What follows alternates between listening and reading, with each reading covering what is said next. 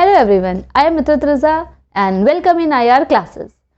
My today's topic is first law of Mendel. मैंने आपको heredity and variation chapter मैंने लिया है. इस हेरिडिटी एंड वेरिएशन चैप्टर की मैंने स्टार्टिंग की थी. पार्ट 1 में मैंने कुछ टर्म्स बताए थे जो कि मेंडल्स के लॉ जो है उनके पहले जानना बहुत ज़रूरी है.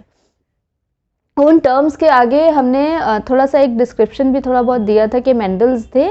मेंडल जो है वो क्या है, आपके फादर ऑफ जेनेटिक्स है और उन्होंने रूल्स दिए हैं, उन्होंने लॉज दिए हैं. उन लॉज को ही हमें पढ़ना है. ये क्लास 10th और 12th में बहुत पूछा जाने वाला क्वेश्चन है. Okay, so let us start today's video.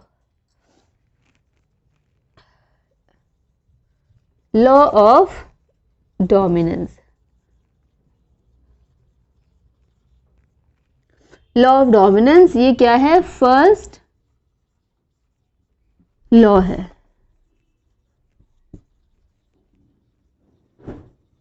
ये मेंडल का फर्स्ट लॉ है. ठीक है, तो आपको ये तो मैंने बता दिया था कि मेंडल कौन है.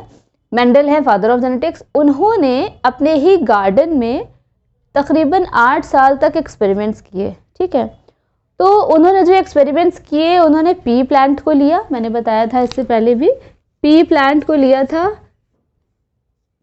जिसका बोटानिकल नेम होता है पाइजम सटाइवम. ठीक है, उन्होंने इस प्लांट को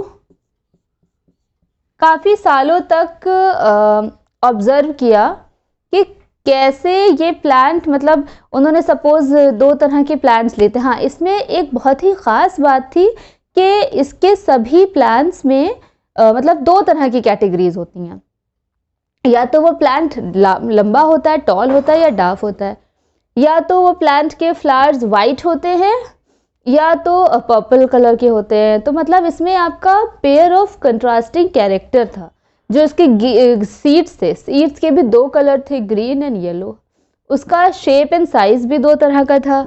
एक था राउंड, एक था रिंकल्ड. उनका फ्लावर का पोजीशन भी 2 तरह का था. एक था एक्सिलरी, एक था टर्मिनल. यानी इस तरह से यहाँ पे जो इसमें पाइजम सटाइवम में कैरेक्टरिस्टिक्स थे वो पेयर ऑफ कंट्रास्टिंग कैरेक्टर्स थे.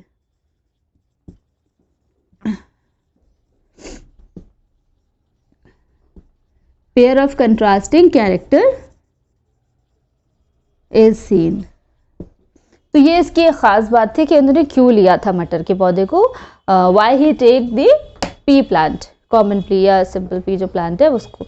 ये क्वेश्चन भी पूछा जाता है कि क्यों उन्होंने लिया था. एक तो आसानी से उगने वाला ये पौधा था, बहुत ही इजीली ग्रो कर जाता है. दूसरा, इसमें pair of contrasting character present थे और ताकि ये क्रॉस करने के बाद अपने रिजल्ट को मैच करा सकते थे कि हाँ, अगर हमने ऐसा प्लांट लिया तो हमें फर्स्ट जनरेशन में क्या मिला. फिर उन्होंने कुछ क्रॉस कराए, हाँ अब हमको क्या मिलता है, मतलब प्रोजेनीज में जनरेशन टू जनरेशन क्या क्या चेंजेस आ रहे हैं. उन्हें जेनेटिक्स के बारे में ही उन्होंने फिर इसी को एक्सप्लेन किया था. तो जो फर्स्ट लॉ उन्होंने दिया है, जिसको उन्होंने लॉ ऑफ डोमिनेंस दिया कहा, ये उन्होंने जो एक्सपेरिमेंट्स किए तो उन एक्सपेरिमेंट के बाद जो आया रिजल्ट, उससे उन्होंने फर्स्ट लॉ दिया. देखिए उन्होंने क्या एक्सपेरिमेंट किया था. He take 2 types of plant, tall and short. ठीक है, तो जब उन्होंने क्रॉस कराया था, देखिए टॉल के लिए, टॉल का क्रॉस किससे कराया था? डाफ से. टॉल के लिए मैंने इससे पहले वीडियो अपनी बनाई है, उसमें मैंने आपको इसी चैप्टर की वीडियो बनाई थी. इसमें मैंने बताया था फिनोटाइप एंड जीनोटाइप, 2 टर्म्स दिए थे. तो उसका ये फिनोटाइप तो था टॉल, यानी जो आपका आउटवर्ड जो एक्सप्रेशन था वो क्या था? टॉल. लेकिन उसके पीछे कोई जीन रिस्पॉन्सिबल था. तो सपोज वो जीन, इसमें इसको कह दिया कैपिटल टी, कैपिटल टी.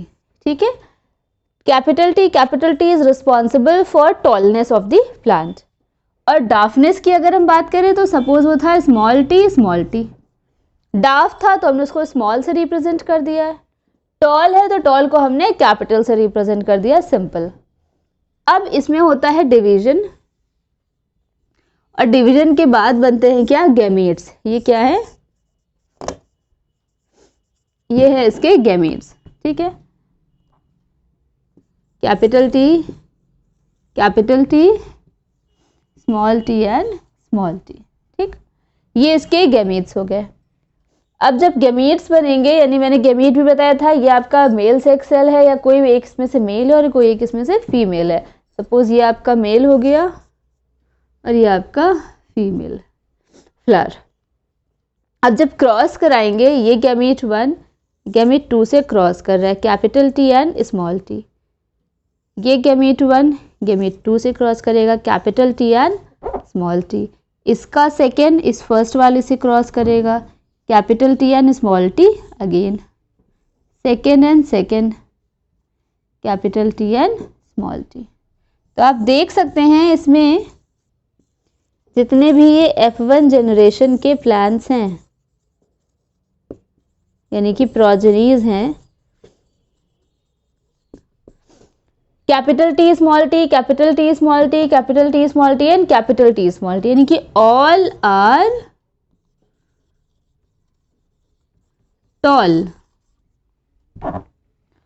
तो बस यही देखते हुए उन्होंने ये प्रिंसिपल दे दिया, ये रूल दे दिया, ये लॉ दे दिया that when we take two types of plant, दो होमोजाइगस प्लांट्स, ठीक, टू होमोजाइगस प्लांट्स जिनके gene suppose capital T and small t small t। अब ये होमोजाइगस क्या है ये भी मैं बता चुकी हूँ अपनी पिछली वीडियो में, तो आप पिछली वीडियो जरूर देखें।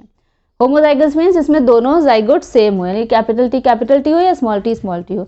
जब इनका क्रॉस होता है तो क्रॉस करने के बाद जो हमारे F1 जनरेशन में प्रोजेनीज आते हैं, जो प्लांट्स आते हैं, वो क्या होते हैं, capital T small t, capital T small t, capital T small t या कैपिटल T स्मॉल t। यानी यही पॉसिबिलिटी है बस, इसके अलावा और कुछ नहीं हो सकता। और इन सब में देखिए इसमें डार्कनेस का कैरेक्टर है, सबके साथ है, लेकिन वो कैरेक्टर कहीं ना कहीं सप्रेस हो गया है और अपने आप को एक्सप्रेस नहीं कर पाया, अपने एक्सप्रेशन नहीं दे पाया। तो यहाँ पे जो एक्सप्रेस हुआ है कैरेक्टर, एक्सप्रेस्ड कैरेक्टर कौन सा है,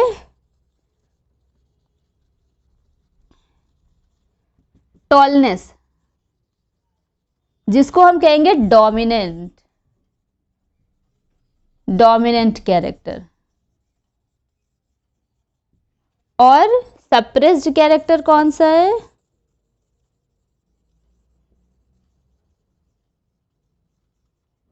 वो है आपका डॉफनेस,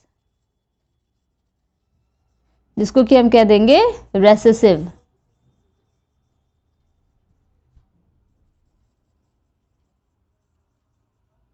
ठीक है, तो अब यही बात सामने आई कि जब हम दो तरह के प्लांट्स लेते हैं, एक टॉल होता है एक डाफ होता है, तो उन दोनों ही प्लांट्स में से कोई एक ही कैरेक्टर ऐसा होता है जो F1 जनरेशन में, यानी कि फर्स्ट जनरेशन में अपना प्रभाव दिखा पाता है, अपना डोमिनेंस शो कर पाता है, and that is why it is called as the law of dominance. इसीलिए हम इसको प्रभाविता का नियम या लॉ ऑफ डोमिनेंस कहते हैं। क्यों कहते हैं, क्योंकि पहली जनरेशन में दोनों कैरेक्टर्स में से कोई एक ही कैरेक्टर अपने आप को दिखा पाता है, अपने आप को शो ऑफ कर पाता है, यानी एक ही आगे निकल के आता है और अपनी प्रेजेंस को दिखाता है, जबकि दूसरा कैरेक्टर अंदर ही कहीं छिपा रह जाता है। उसका जीन है, देखिए सबके साथ वो, उसका एलील तो है, ये टी स्मॉल टी प्रेजेंट है, मगर वो हिडन फॉर्म में है ना, वो शो नहीं हो पाया। तो वो कौन सा कैरेक्टर है, ये जो स्मॉल टी वाला कैरेक्टर था, डार्कनेस कैरेक्टर था,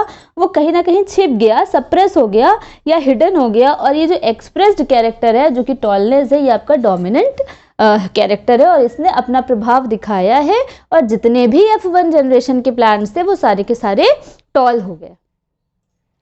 इसी को अगर उन्होंने दूसरे तरह से क्रॉस किया, सपोज उन्होंने रेड एंड वाइट के साथ क्रॉस कराया या येलो एंड ग्रीन कलर का जो कौन क्या थे उसके सीड्स थे उनके बीच क्रॉस कराया, तो उसमें येलो वाला डोमिनेट करके, मतलब कोई एक ही डोमिनेट करा कैरेक्टर, और जो कैरेक्टर फर्स्ट जनरेशन में दिखा उसको उन्होंने डोमिनेंट कैरेक्टर कह दिया, और जो छिपा रह गया, जो सप्रेस हो गया, उसको उन्होंने रेसेसिव कैरेक्टर दे दिया। तो आई होप इतना आपको क्लियर हो गया होगा। अब इसी चीज को हम दो तरह से एक्सप्लेन कर सकते हैं। एक तो ये आपका हो गया सिंपल सा मेथड, एक इसी को चेकर बोर्ड के थ्रू भी समझ लीजिए। मतलब सिर्फ ये क्रॉस करने का तरीका है, जैसे आप सिंपल मैथ्स में क्रॉसिंग करते हैं, और वही है और कुछ नहीं है इसके अलावा। कैपिटल टी ये गैमीट्स हो गए, स्मॉल टी ये गैमीट्स हो गए। ठीक है, ये आपके गैमीट्स हैं। क्योंकि ऐसे भी बुक्स में दिया रहता है तो आप इसको भी समझ लिए। अब ये कैपिटल टी है, ये स्मॉल टी है, तो कैपिटल टी स्मॉल टी हो गया। ये कैपिटल टी है, स्मॉल टी है, कैपिटल टी स्मॉल टी हो गया। ये कैपिटल टी है, स्मॉल टी है, कैपिटल टी स्मॉल टी, ये कैपिटल टी स्मॉल टी, तो कैपिटल टी स्मॉल टी। इसमें भी सारे के सारे क्या आ रहे हैं, वही चीज़ है, बस उसको तरीका बदल गया है। सब के सब क्या है, टॉल। तो मतलब F1 जनरेशन में जितने भी प्लांट्स आएंगे वो टॉल आएंगे। आप चाहे ये एग्जाम में लिख दीजिए, चाहे इस तरह का बना के दे दिए, लेकिन ये देना ज़रूरी है। ये एग्जाम में जब भी आपका क्वेश्चन है, आपको ये चार्ट इस तरह से फ्लो, मतलब इस चीज़ को एक्सप्लेनेशन इसका देना ज़रूरी है कि लॉ ऑफ डोमिनेंस में क्या कह रहा है लॉ, इसको ऐसे आप एक्सप्लेन करेंगे। ठीक है, तो अब जल्दी से इस लॉ को मैं नोट भी कर देती हूँ आपके लिए।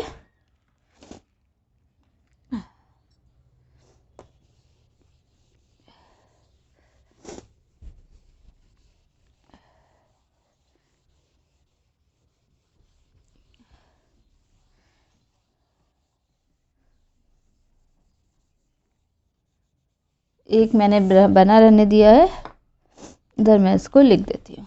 क्या है ये law, law of dominance is it states that when two homozygous, क्या है ये दोनों, ये दोनों क्या है, होमोजाइगस है। when two homozygous individuals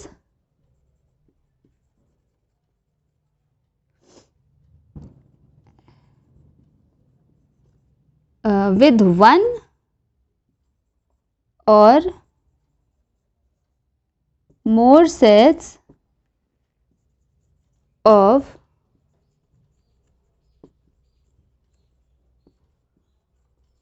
contrasting character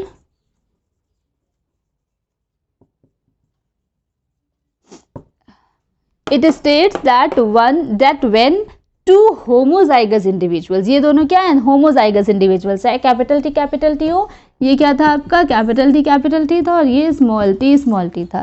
तो when two homozygous individuals with one or more, या तो एक या एक से ज्यादा sets of contrasting characteristics, है ना, ये दोनों contrasting characteristics थे ना, ये टॉल थे और ये डाफ थे। contrasting characteristics are crossed, अगर इनका क्रॉसिंग कराया जाता है, the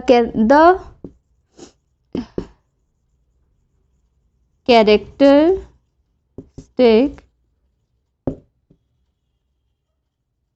which appear in first generation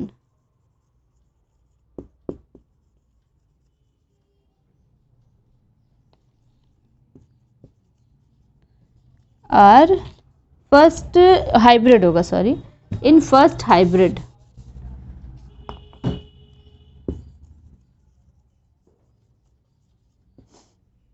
are dominant। First जो हाइब्रिड होगा वो कैसा होगा, डोमिनेंट होगा। and those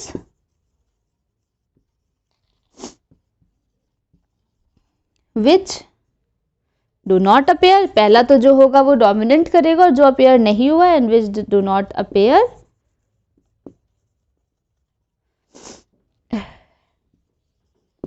in F1 generation